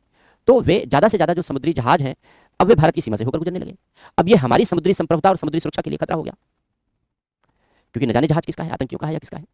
तो वो हमारे लिए एक बेहद खतरा हो गया, बेहद चुनौती हो गई। और इसमें कभी कभी चैलेंजेस भी आए, जैसे पता नहीं आपको याद है, आपने कभी पढ़ा था नहीं पढ़ा था, जो इटली के नौसैनिक थे उन्होंने हमारे मछुआरों को गोली मार दी थी। इटली का जो जहाज था उन्होंने हमारे मछुआरों को गोली मार दी थी। बड़ा विवाद चला था बीच में। एक अमेरिका का जहाज जा रहा था हथियारों से लदा हुआ, वो हमारे जोन में जैसे उसने प्रवेश किया, तटरक्षक बलों ने पकड़ लिया उसे। अमेरिका का प्राइवेट जहाज था, उस पर बहुत सारे हथियार लदे थे। बाद में अमेरिका ने कहा कि भाई ये हमारे यहाँ का एक प्राइवेट जहाज है जो समुद्री डकैती से लोगों को सुरक्षा प्रदान करता है। टोल फ्री नंबर जारी कर देता है कि अगर कोई समुद्री डकैती में फंसा है तो हमको इस टोल नंबर पर कॉल करें, हम तुरंत सुरक्षा देने के लिए पहुंच जाएंगे, उसके लिए फीस ले लेंगे। तो इसलिए हथियारों से लैस उनकी प्राइवेट आर्मी थी। हमने इतने हथियार और इतने प्राइवेट आर्मी के लोग देखे, हमने पकड़ लिए, पकड़ के जेलों बंद कर दिया। जेलों बंद कर दिया, अमेरिका नाराज हो गया। अमेरिका ने कहा कि भाई वो तो हमारा प्राइवेट जहाज है, सुरक्षा प्रदान करता है, तुमने क्यों बंद कर लिया। अमेरिका से हमारे बीच तनाव शुरू हो गए। फिर हमने कहा भाई चिंता मत करो, हम छोड़ने की कोशिश करते हैं। फिर हाईकोर्ट में मुकदमा दायर किया गया, भारत सरकार ने दायर करवाया। जो एफआईआर दर्ज हुई थी उस एफआईआर को रद्द करवाया। जितने अमेरिका के जो नागरिक थे जो जेलों में बंद थे उनको छुड़वाया गया और हथियार सहित फिर उनको अमेरिका वापस भेजा गया भारत सरकार के खर्चे पर। तो ऐसे ऐसे भी तनाव कभी कभी आए हैं। तो हमने इंडियन मैरीटाइम, जो इंटरनेशनल मैरीटाइम ऑर्गेनाइजेशन है, हमने उस इंटरनेशनल मैरीटाइम ऑर्गेनाइजेशन से रिक्वेस्ट की कि भाई देखो बहुत गलत बात है, तुमने समुद्री डकैती का क्षेत्र यहाँ तक घोषित कर दिया है, वो हमारी संप्रभुता के लिए खतरा है और हमारे यहाँ कोई ऐसा सेंसिटिव चीज़ भी नहीं है कि समुद्री डकैत इस क्षेत्र में आएंगे तो हम निपट लेंगे, इसको वापस लो, इसको विड्रा करो। फिलहाल भारत सरकार के दबाव के चलते इंटरनेशनल मैरीटाइम ऑर्गेनाइजेशन ने ये जो 78 डिग्री देशांतर का क्षेत्र था समुद्री डकैती के लिए, इसको 2014 में वापस कर लिया, 2015 में इसको वापस कर दिया। और अब फिर से जो समुद्री डकैती का क्षेत्र है वो 65 डिग्री पर फिर से सीमित हो गया है। इस घटनाक्रम को बताने का आशय यह है कि ऐसा नहीं है कि समुद्री क्षेत्र समस्याओं से मुक्त है। ऐसे नाना प्रकार की चुनौतियां, विविध प्रकार की चुनौतियां कभी कभी समुद्री क्षेत्रों में उत्पन्न होती रही हैं। इसलिए समुद्री क्षेत्र की सुरक्षा भी हमारे लिए चुनौतीपूर्ण है। अच्छी बात यह है कि हम लोग अब आधुनिक तकनीकों का उपयोग कर रहे हैं। ऐसी आधुनिक तकनीकों के प्रयोग को बढ़ावा देना होगा। जो ड्रोन के साथ सर्विलांस है, क्योंकि हमने बताया कि जो हमारा सर्विलांस है ज्यादातर जो समुद्र के किनारे पोर्ट हैं, बंदरगाह हैं, उन बंदरगाहों के इर्द गिर्द सीमित होकर रह जाता है, पूरे क्षेत्र में नहीं हो पाता। तो हमें कोशिश ये करनी पड़ेगी कि हमें पूरे एरिया में सुरक्षा की जिम्मेदारी बढ़ानी पड़ेगी, और इसके लिए हमें जो ड्रोन है उन ड्रोन का सहारा लेना पड़ेगा, और ड्रोन के सहारे के माध्यम से हम पूरे क्षेत्र की बेहतर निगरानी कर सकते हैं, अच्छे से निगरानी कर सकते हैं। इसके अलावा जैसे भी हमने कहा कि वहाँ विलेज वॉलंटियर फोर्स बनाए जा सकते हैं, ऐसे यहाँ पर फिशरमैन वॉच ग्रुप बनाए जा सकते हैं कि मछुआरों के स्वैच्छिक ग्रुप बनाए जाएं, मछुआरों से सुरक्षा बलों की बेहतर कनेक्टिविटी हो और मछुआरे खुद निगरानी करें, क्योंकि मछुआरों का नेटवर्क बहुत बड़ा होता है समुद्री क्षेत्र में, मछली मारने के लिए पूरे समुद्र में फैले होते हैं। तो मछुआरों के माध्यम से हमें जो इन्फॉर्मेशन मिल सकती है वो अन्य तरीकों से नहीं मिल सकती, इसलिए मछुआरों के बेहतर आजीविका के प्रबंधन हो, सुविधा हो, जिससे किसी भी तरीके से विदेशी शक्तियां उन्हें मैनिपुलेट न कर सकें, सुरक्षा बलों के साथ उन्हें कनेक्ट किया जाए, और इसके माध्यम से हम बेहतर सुरक्षा के उपाय और कर सकते हैं। तो ये समुद्री सुरक्षा के प्रावधान है। लिखो समुद्री सुरक्षा के बारे में। समुद्री सुरक्षा लिखो। भारत की वर्तमान तटरेखा 11,098 किलोमीटर लंबी है। भारत की वर्तमान तटरेखा 11,098 किलोमीटर लंबी है। समुद्री सुरक्षा या तटीय सुरक्षा 3 चरणों में संपन्न की जाती है। 3 चरणों में संपन्न की जाती है। समुद्र तट से 12 नॉटिकल मील तक, समुद्र तट से 12 नॉटिकल मील तक टेरिटोरियल अर्थात territorial water zone, territorial water zone की सुरक्षा का दायित्व, टेरिटोरियल वाटर जोन की सुरक्षा का दायित्व समुद्री पुलिस निभाती है। टेरिटोरियल वाटर जोन की सुरक्षा का दायित्व समुद्री पुलिस निभाती है, जो संबंधित राज्य सरकार के नियंत्रण में कार्य करती है, जो संबंधित राज्य सरकार के नियंत्रण में कार्य करती है। 200 नॉटिकल मील तक अर्थात एक्सक्लूसिव इकोनॉमिक जोन, विशिष्ट आर्थिक क्षेत्र, 200 नॉटिकल मील तक अर्थात विशिष्ट आर्थिक क्षेत्र, exclusive economic zone, exclusive economic zone की सुरक्षा का दायित्व तटरक्षक बलों का है, की सुरक्षा का दायित्व तटरक्षक बलों का है, जो रक्षा मंत्रालय के नियंत्रण में कार्य करते हैं, भारत सरकार के रक्षा मंत्रालय के नियंत्रण में कार्य करते हैं। 200 नॉटिकल मील के बाहर का समुद्र, 200 नॉटिकल मील के बाहर का समुद्र खुला समुद्र कहलाता है, हाई सी, हाई सी खुला समुद्र कहलाता है। इसकी सुरक्षा का दायित्व भारतीय नौसेना निभाती है, इसकी सुरक्षा का दायित्व भारतीय नौसेना निभाती है।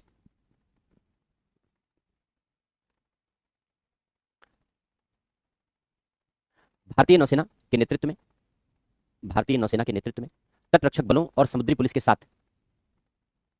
नौसेना के नेतृत्व में तटरक्षक बलों और समुद्री पुलिस के साथ संयुक्त मीटिंग आयोजित की जाती है, संयुक्त मीटिंग आयोजित की जाती है, और सुरक्षा की रणनीति निर्मित की जाती है, सुरक्षा की रणनीति निर्मित की जाती है। 2008 में मुंबई आतंकी हमले के पश्चात, 2008 में मुंबई में आतंकी हमले के पश्चात समुद्री सुरक्षा को और प्रभावी बनाने के लिए निम्नलिखित कदम उठाए गए। समुद्री सुरक्षा को और प्रभावी बनाने के लिए निम्नलिखित कदम उठाए गए। डैश पहला पॉइंट लिखो। भारत सरकार के द्वारा राज्य सरकारों को, भारत सरकार के द्वारा राज्य सरकारों को एक मुश्त धनराशि उपलब्ध कराई गई।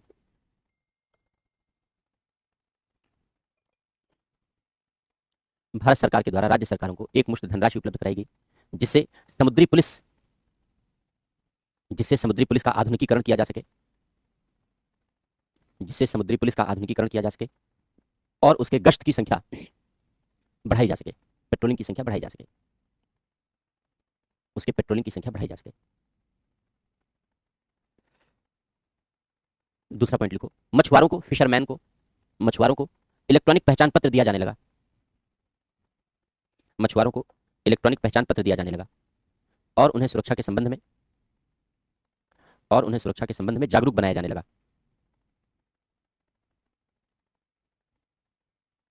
अगला point, iMac, information management and analytical centre, information management and analytical centre की स्थापना की गई है, जिससे समुद्री सुरक्षा के संबंध में सूचनाओं की उपलब्धता और समन्वय सुनिश्चित किया जा सके, सूचनाओं की उपलब्धता और समन्वय सुनिश्चित किया जा सके। अगला पॉइंट लिखो। समुद्री सुरक्षा को आधुनिक बनाने के लिए, समुद्री सुरक्षा को आधुनिक बनाने के लिए अन्य तकनीकों का प्रयोग भी किया जाने लगा, या आधुनिक तकनीकों का प्रयोग भी किया जाने लगा, आधुनिक तकनीकों का प्रयोग भी किया जाने लगा। जैसे ये लिख लो, integrated under water harbour defence surveillance system, mine warfare data system आदि। Integrated under water harbour defence surveillance system, mine warfare data system आदि। अगला पॉइंट लिखो, दूसरे देशों के साथ समुद्री सुरक्षा के संबंध में, दूसरे देशों के साथ समुद्री सुरक्षा के संबंध में समझौतों पर बल दिया गया है, समझौतों पर बल दिया गया है। जैसे अमेरिका के साथ लिमुआ समझौता 2016 में किया गया था, ये अमेरिका के साथ लिमुआ समझौता 2016 है। Logistic exchange memorandum of agreement, logistic exchange memorandum of agreement, LEMOA समझौता। अब लिखो चुनौतियां, क्या चुनौतियां हैं। पहला पॉइंट लिखो चुनौतियों में, समुद्री क्षेत्र ड्रग तस्करी, हथियारों की तस्करी, समुद्री क्षेत्र ड्रग तस्करी, हथियारों की तस्करी आदि के लिए अत्यंत संवेदनशील रहे हैं, अत्यंत संवेदनशील रहे हैं। विगत कुछ माह में, विगत कुछ महीनों में सुरक्षा बलों ने तटीय क्षेत्रों से ड्रग के बड़े असाइनमेंट कैप्चर किए हैं, पकड़े हैं, ड्रग के बड़े असाइनमेंट कैप्चर किए हैं। अगला पॉइंट लिखो, समुद्री क्षेत्र से अवैध घुसपैठ की संभावनाएं भी बनी रहती हैं, समुद्री क्षेत्र से अवैध घुसपैठ की संभावनाएं भी बनी रहती हैं। अगला पॉइंट, समुद्री क्षेत्र अधिक बड़ा होने के कारण, समुद्री क्षेत्र अधिक बड़ा होने के कारण निगरानी संबंधी चुनौतियां भी उत्पन्न होती रही हैं, निगरानी संबंधी चुनौतियां भी उत्पन्न होती रही हैं। अगला पॉइंट लिखो, यदाकदा समुद्री डकैती के कारण, यदाकदा समुद्री डकैती के कारण सुरक्षा संबंधी चिंता जन्म लेती रही है, सुरक्षा संबंधी चुनौती जन्म लेती रही है। जैसे अंतरराष्ट्रीय समुद्री संगठन ने, अंतरराष्ट्रीय समुद्री संगठन ने 65 डिग्री देशांतर के बजाय, 65 डिग्री देशांतर के बजाय 78 डिग्री देशांतर को, 78 डिग्री देशांतर को समुद्री डकैती के लिए संवेदनशील घोषित कर दिया, समुद्री डकैती के लिए संवेदनशील घोषित कर दिया। परिणाम स्वरूप अनेक विदेशी जहाज भारत के तट रेखा के निकट होकर गुजरने लगे, भारत के तट रेखा से निकट होकर गुजरने लगे।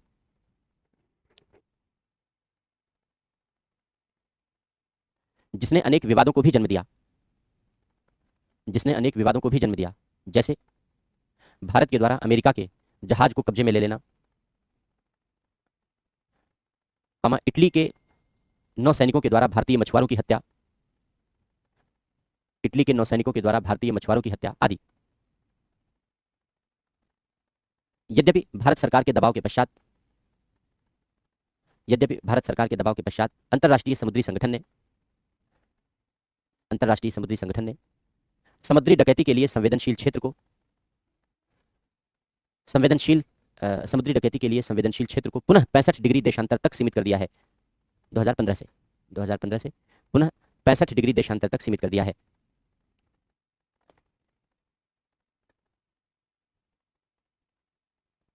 अब लिखो उपाय, उपाय लिखो। पहला पॉइंट लिखो, समुद्री क्षेत्र में सुरक्षा के लिए किए गए उपायों को, समुद्री क्षेत्र में सुरक्षा के लिए किए गए उपायों को जीवंत बनाए रखने की आवश्यकता है। इसका मतलब यह है कि कहीं ऐसा ना हो लोग शिथिल हो जाएं, लापरवाह हो जाएं, तो इसको लिखते हैं जीवंत बनाए रखने की आवश्यकता है।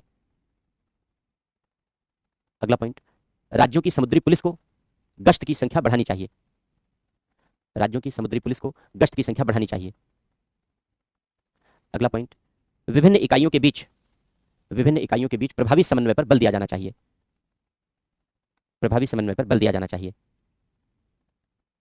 अगला पॉइंट, मछुआरों की आजीविका और उनके विकास पर ध्यान दिया जाना चाहिए, मछुआरों की आजीविका और उनके विकास पर ध्यान दिया जाना चाहिए। अगला पॉइंट, मछुआरों के बीच निगरानी समूह या स्वैच्छिक समूह बनाए जाने चाहिए, स्वैच्छिक समूह या निगरानी समूह बनाए जाने चाहिए और उन्हें सुरक्षा बलों के साथ कनेक्ट किया जाना चाहिए, जोड़ा जाना चाहिए।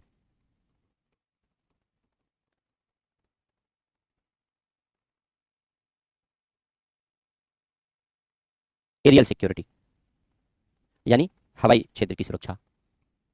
तो जो भारत की सीमा है, उस सीमा के ऊपर का जो वायुमंडल है वो हमारा हवाई क्षेत्र है। और जहां समुद्री क्षेत्र है वहां टेरिटोरियल वाटर जोन के ऊपर का भी जो क्षेत्र है, टेरिटोरियल वाटर जोन के ऊपर का भी क्षेत्र है, वो भी हमारा हवाई क्षेत्र कहलाता है। तो किसी भी देश का हवाई क्षेत्र उसके जमीन के ऊपर का वायुमंडल है, और समुद्री क्षेत्र में टेरिटोरियल वाटर जोन के ऊपर का वायुमंडल भी उस देश का हवाई क्षेत्र कहलाता है। इसके अलावा जो हवाई क्षेत्र है वो अंतर्राष्ट्रीय हवाई क्षेत्र कहलाता है, जिसकी सुरक्षा की जिम्मेदारी इंटरनेशनल सिविल एविएशन ऑर्गेनाइजेशन की होती है। इंटरनेशनल सिविल एविएशन ऑर्गेनाइजेशन निभाता है अंतर्राष्ट्रीय हवाई क्षेत्र की सुरक्षा की जिम्मेदारी। लेकिन उस देश के हवाई क्षेत्र की सुरक्षा की जिम्मेदारी उस देश की स्वयं होती है।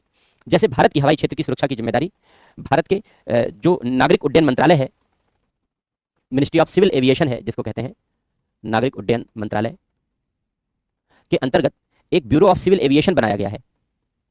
Bureau of civil aviation security बनाया गया है। यह bureau of civil aviation security भारत के हवाई क्षेत्र की सुरक्षा के लिए मुख्य रूप से जिम्मेदारी निभाता है।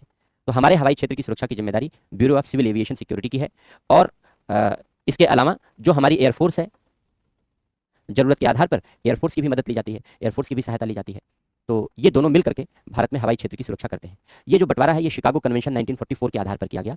अमेरिका के शिकागो में 1944 में एक कन्वेंशन आयोजित हुआ, एक अभिसमय की घोषणा हुई, और उस अभिसमय की घोषणा के आधार पर ये international air space, domestic air space की सुरक्षा की जिम्मेदारी तय की गई। तो जो हर देश का एयर स्पेस है वो उसका डोमेस्टिक एयर स्पेस है, उसके अलावा जो एयर स्पेस है वो इंटरनेशनल एयर स्पेस है। अच्छे तरीके से एयर स्पेस की सिक्योरिटी पर ध्यान दिया जाता रहा है, लेकिन पिछले कुछ वर्षों में कभी कभी हवाई क्षेत्र की सुरक्षा को लेकर चुनौती उत्पन्न हुई। बड़ी चुनौती तब सामने आई जब 1995 में एक विदेशी विमान भारत के क्षेत्र में विदेशी विमान ने प्रवेश किया और पश्चिम बंगाल के पुरुलिया के जंगलों के ऊपर उसने बहुत सारे हथियार गिराए और चला गया। ये जितने भी हथियार गिराए गए ये नक्सलियों तक हथियार पहुंचाने के लिए गिराए गए थे।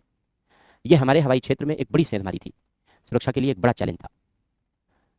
फिलहाल उसके बाद हमने सुरक्षा व्यवस्था को रिव्यू किया और अधिक सिक्योर किया, जिससे इस तरीके की गतिविधियां न होने पाए। वर्तमान समय में हवाई सुरक्षा के लिए चुनौतियां कभी कभी उत्पन्न होती हैं। जैसे 2018 में जो पाक अधिकृत कश्मीर के प्रधानमंत्री हैं, उनका हेलीकॉप्टर हमारे जम्मू कश्मीर की सीमा में प्रवेश कर गया, हवाई क्षेत्र में प्रवेश कर गया। हमने देखा, हमने चेतावनी दी कि भाई वापस जाओ। फिर हमने हवाई फायर करने शुरू किए। फिलहाल कम्युनिकेशन हुआ और उन्होंने बताया कि नहीं, ये प्रधानमंत्री हैं, आतंकी नहीं है, गलती से चले आए हैं, वापस जा रहे हैं। कहा तो उन्होंने यही, भगवान जाने गलती से आए थे या कुछ देखने आए थे। तो इस तरीके की गतिविधियां कभी कभी होती रहती हैं। ड्रोन आजकल एक सबसे बड़ा साधन बना है जिसके माध्यम से सीमाओं या सीमा के भीतर की निगरानी की जाती है। पाकिस्तान से हर साल 200-250 से ज़्यादा ड्रोन भारत आते हैं, जिसके माध्यम से ड्रग के पैकेट्स आते हैं, हथियार आते हैं, हैंड ग्रेनेड्स आते हैं, गोलियां आती हैं। ये सब ड्रोन में बांध करके भेजे जाते हैं पाकिस्तान के द्वारा और पंजाब के खेतों में गिरे मिलते हैं हमारे बीएसएफ के जवानों को। तो ड्रोन के माध्यम से हवाई क्षेत्र की सुरक्षा के लिए बड़ी चुनौती उत्पन्न हो रही है। इसके अलावा अभी जब ऑपरेशन सिंदूर चला तो ऑपरेशन सिंदूर के दौरान हम लोगों ने देखा कि पाकिस्तान ने कुछ तो लड़ाकू ड्रोन भेजे, हमने सबको नष्ट किया। कुछ ड्रोन ऐसे थे पाकिस्तान के जो लड़ाकू नहीं थे। इसका मतलब है कि वो ड्रोन केवल इसलिए भेजे गए थे कि हमारा जो सिक्योरिटी एस्टैब्लिशमेंट है, उस सिक्योरिटी एस्टैब्लिशमेंट से रिलेटेड जो कॉन्फिडेंशियल चीज़ें हैं उनकी फोटो खींची जा सके, उनकी वीडियोग्राफी की जा सके और उनको वहाँ बैठे दूर देखा जा सके। हालांकि हमने ऐसे ड्रोन को भी आइडेंटिफाई किया और उनको न्यूट्रलाइज किया, खत्म किया, लेकिन ड्रोन के माध्यम से इस तरीके की अवैध घुसपैठ अभी जारी है। ड्रोन को आतंकी हमलों में भी इस्तेमाल किया जा सकता है। पाकिस्तान ने ड्रोन का सहारा लेकर के जम्मू कश्मीर के एयरबेस पर आतंकी हमला किया था। जम्मू एयरबेस पर, जम्मू का जो एयरफोर्स का बेस है उस पर आतंकी हमला किया था। हालांकि उस आतंकी हमले से हमें कोई बड़ा नुकसान नहीं हुआ, कोई व्यक्ति हताहत नहीं हुआ, कोई घायल भी नहीं हुआ। हमारे एक विमान को थोड़ी बहुत क्षति आई, इसके अलावा कोई बड़ा खतरा नहीं हुआ। लेकिन इसका मतलब यह है कि ड्रोन का इस्तेमाल अब युद्ध के लिए भी किया जा रहा है और आतंकी गतिविधियों के लिए भी किया जा रहा है, अपराध और अवैध घुसपैठ के लिए तो किया ही जा रहा है। इसलिए एरियल सिक्योरिटी और अधिक चिंताजनक हो गई है, और सबसे ज़्यादा ड्रोन आने के बाद। लेकिन अच्छी बात यह है कि अभी तक हमारे लिए ड्रोन को पकड़ना चैलेंजिंग था, क्योंकि जो एरियल सिक्योरिटी के लिए हमने बड़े बड़े राडार तैनात किए हैं। जो ड्रोन है वो राडार में कैप्चर नहीं होते, क्योंकि उनका साइज बहुत छोटा होता है, इसलिए वो राडार की पकड़ से बाहर होते हैं। लेकिन अभी जो डीआरडीओ है उसने drone Inception and killing technique develop की है कि ड्रोन को इंसेप्ट किया जाए और उनको किल किया जाए। तो काइनेटिक किल टेक्निक डेवलप की गई है और उसके माध्यम से हम ड्रोन को न्यूट्रलाइज कर सकते हैं। इस टेक्निक में यह भी शामिल है कि हम ड्रोन की फ्रीक्वेंसी को तुरंत कैच कर लेते हैं, आइडेंटिफाई कर लेते हैं, और जैसे हमने ड्रोन की फ्रीक्वेंसी को आइडेंटिफाई किया वैसे ड्रोन का कंट्रोल हम अपने हाथों में ले लेते हैं। ये डीआरडीओ ने टेक्निक विकसित कर दी, हम लोग यूज करने लगे हैं, बीएसएफ को दे दिया गया है। और जब ड्रोन की फ्रीक्वेंसी को हम डिस्टर्ब कर देते हैं और ड्रोन को हम अपनी फ्रीक्वेंसी पर ऑपरेट करने लगते हैं, तो जिस फ्रीक्वेंसी जो ड्रोन का ऑपरेटर है, जिसने ड्रोन को भेजा है, ड्रोन उसके कंट्रोल से बाहर हो जाता है और ड्रोन हमारे कंट्रोल में आ जाता है, और फिर हम उसको गिरा लेते हैं, उसको पकड़ लेते हैं और सारी चीज़ आइडेंटिफाई कर लेते हैं। तो चैलेंज है लेकिन अच्छी बात यह है कि हमारे डीआरडीओ ने इस तरीके की टेक्नोलॉजी डेवलप कर ली है और इस टेक्नोलॉजी का यूज़ हमारे बीएसएफ के जवानों, क्योंकि पाकिस्तान से सबसे बड़ा खतरा है, तो पाकिस्तान के जवान बीएसएफ के जवानों के द्वारा किया जाने लगा है, जिससे हमारी जो हवाई क्षेत्र की सुरक्षा है उसको चाक चौबंद बनाए रखा जा सके। लेकिन चुनौतियां गंभीर हैं, क्योंकि सैटेलाइट मॉनिटरिंग हो रही है अब हवाई क्षेत्र की। अब जब हम ड्रोन पर कब्जा कर रहे हैं तो सैटेलाइट मॉनिटरिंग हो रही है। चीन के सैटेलाइट हमारी खुफिया जानकारियां पाकिस्तान को शेयर कर रहे हैं। तो ऐसी दशा में जो हमारा जो निगरानी तंत्र है हमारे एयर स्पेस का, उस एयर स्पेस के निगरानी तंत्र को और चाक चौबंद बनाना पड़ेगा और व्यवस्थित करने की जरूरत है।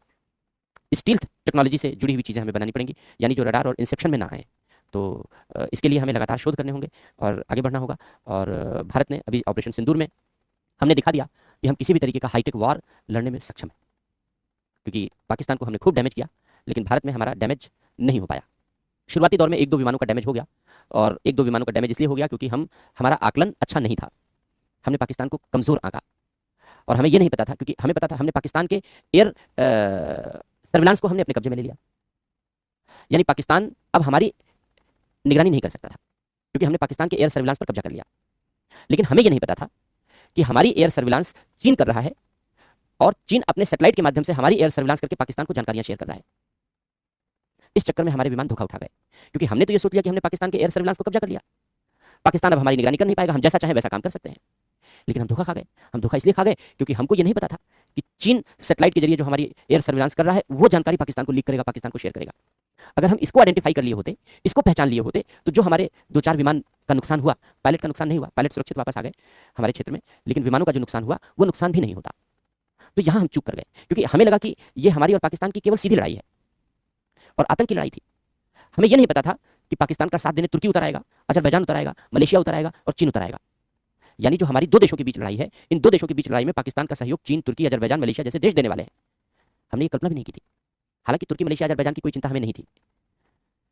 हमारे लिए चिंता हुई चीन की, क्योंकि चीन हमारा पड़ोसी देश है, बन गया है जबरन। तो वो हमारी सर्विलांस नजदीकी से कर सकता है और सूचनाएं शेयर कर सकता है, और उसने ऐसा किया, तो उसका नुकसान हमें उठाना पड़ा। लेकिन हम जल्दी समझ गए, जल्दी हम इस बात को समझ गए, और फिर हमने उसके बाद हमने कोई डैमेज नहीं होने दिया। उसके बाद फिर हमारा कोई नुकसान नहीं हुआ, हमने केवल नुकसान पहुंचाया। हालांकि कम पहुंचाए, और पहुंचाना चाहिए था, और तोड़फोड़ करनी चाहिए थी। तोड़फोड़ थोड़ी कम हो गई। लिखो हवाई सुरक्षा, लिखो लिखो। किसी भी देश की भूमि, किसी भी देश की भूमि और किसी भी देश की भूमि और टेरिटोरियल वाटर जोन के ऊपर का वायुमंडल, किसी भी देश की भूमि और टेरिटोरियल वाटर जोन के ऊपर का वायुमंडल उस देश का हवाई क्षेत्र कहलाता है। उस देश का हवाई क्षेत्र कहलाता है। इसकी सुरक्षा का दायित्व देश का होता है।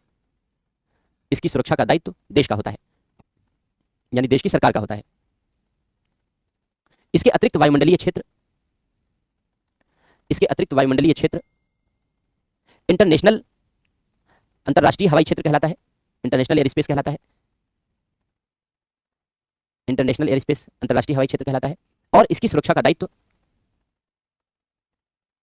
और इसकी सुरक्षा का दायित्व अंतरराष्ट्रीय इंटरनेशनल सिविल एविएशन ऑर्गेनाइजेशन, अंतरराष्ट्रीय नागरिक उड्डयन संगठन, इंटरनेशनल सिविल एविएशन ऑर्गेनाइजेशन के द्वारा किया जाता है।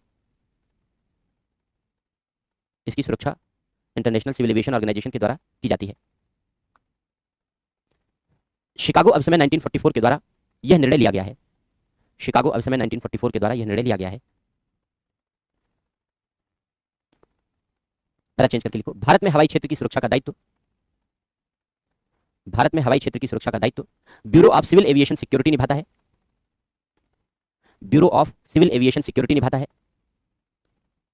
Bureau of civil aviation security निभाता है, जो नागरिक उड्डयन मंत्रालय, मिनिस्ट्री ऑफ सिविल एविएशन, जो नागरिक उड्डयन मंत्रालय के अंतर्गत कार्य करता है। इसके अतिरिक्त वायुसेना भी, इसके अतिरिक्त वायुसेना भी सुरक्षा के कार्य में संलग्न रहती है, हवाई क्षेत्र की सुरक्षा के कार्य में संलग्न रहती है या सहयोग देती है। अब लिखो चुनौतियां। चुनौतियों में लिखो पहला पॉइंट, यदा कदा हवाई क्षेत्र की सुरक्षा में गंभीर घुसपैठ उत्पन्न हुई है। यदा कदा हवाई क्षेत्र की सुरक्षा में गंभीर घुसपैठ उत्पन्न हुई है, जैसे 1995 में 1995 में पश्चिम बंगाल के पुरुलिया में 1995 में पश्चिम बंगाल के पुरुलिया में, पुरुलिया के जंगलों में, पुरुलिया के जंगलों में विदेशी हवाई जहाज के द्वारा हथियार गिराए गए। विदेशी हवाई जहाज के द्वारा हथियार गिराए गए। 2018 में 2018 में पाक अधिकृत कश्मीर के प्रधानमंत्री का हेलीकॉप्टर अनधिकृत रूप से भारत में प्रवेश कर गया। अनधिकृत रूप से भारत में प्रवेश कर गया आदि। अगला पॉइंट लिखो। विगत वर्षों में ड्रोन के उपयोग में तीव्र वृद्धि हुई है। विगत वर्षों में ड्रोन के उपयोग में तीव्र वृद्धि हुई है। ड्रोन के माध्यम से पाकिस्तान ड्रोन के माध्यम से पाकिस्तान भारत में ड्रग और हथियारों की तस्करी करता रहा है। ड्रग और हथियारों की तस्करी करता रहा है। प्रतिवर्ष प्रतिवर्ष 200 से अधिक घटनाएं संपन्न होती हैं। प्रतिवर्ष ऐसी 200 से अधिक घटनाएं संपन्न होती हैं। 200, 250, 300। अगला पॉइंट। ड्रोन के माध्यम से आतंकी हमले भी किए जाने लगे हैं। ड्रोन के माध्यम से आतंकी हमले भी किए जाने लगे हैं। जैसे 2021 में जम्मू एयरबेस पर ड्रोन से हमला। अगला पॉइंट। ड्रोन युद्ध का शक्तिशाली साधन भी बनकर प्रकट हुआ है। ड्रोन युद्ध का शक्तिशाली साधन भी बनकर प्रकट हुआ है। भारत ने ऑपरेशन सिंदूर के दौरान 2025 में ऐसे ड्रोन हमलों का अनुभव किया है। अगला पॉइंट। छोटे आकार का होने के कारण ड्रोन राडार की पकड़ में शीघ्र नहीं आते। अब लिखो उपाय। पहला पॉइंट लिखो। डीआरडीओ ने ड्रोन को इंटरसेप्ट करने की तकनीक विकसित की है। पकड़ने की या पहचानने की तकनीक विकसित की है और सीमा सुरक्षा बल इसका उपयोग कर रहा है। ऐसी तकनीक को और आधुनिक बनाया जाना चाहिए। और अधिक उपयोग में लाया जाना चाहिए। अगला पॉइंट। ऐसी तकनीक की तैनाती भारत की सभी सीमाओं पर करनी होगी। अभी केवल पाकिस्तान से लगी सीमा पर है। भारत की सभी सीमाओं पर करनी होगी। अगला पॉइंट लिखो। अंतरिक्ष सुरक्षा, स्पेस सिक्योरिटी पर ध्यान देना होगा। बल देना होगा। अगला पॉइंट। हवाई क्षेत्र की निगरानी में वृद्धि करनी होगी। तो ये टॉपिक कंप्लीट हो गया। केवल एक स्पेस सिक्योरिटी रह गया, अंतरिक्ष सुरक्षा रह गया। तो कल हम लोग अंतरिक्ष सुरक्षा और सुरक्षा बल ये भी दोनों पढ़ लेंगे और कल सिक्योरिटी का यूनिट खत्म हो जाएगा। चैट ऑन कर लेते हैं। अगर कुछ पूछना चाहो तो पूछ सकते हो, कोई क्वेश्चन हो तो।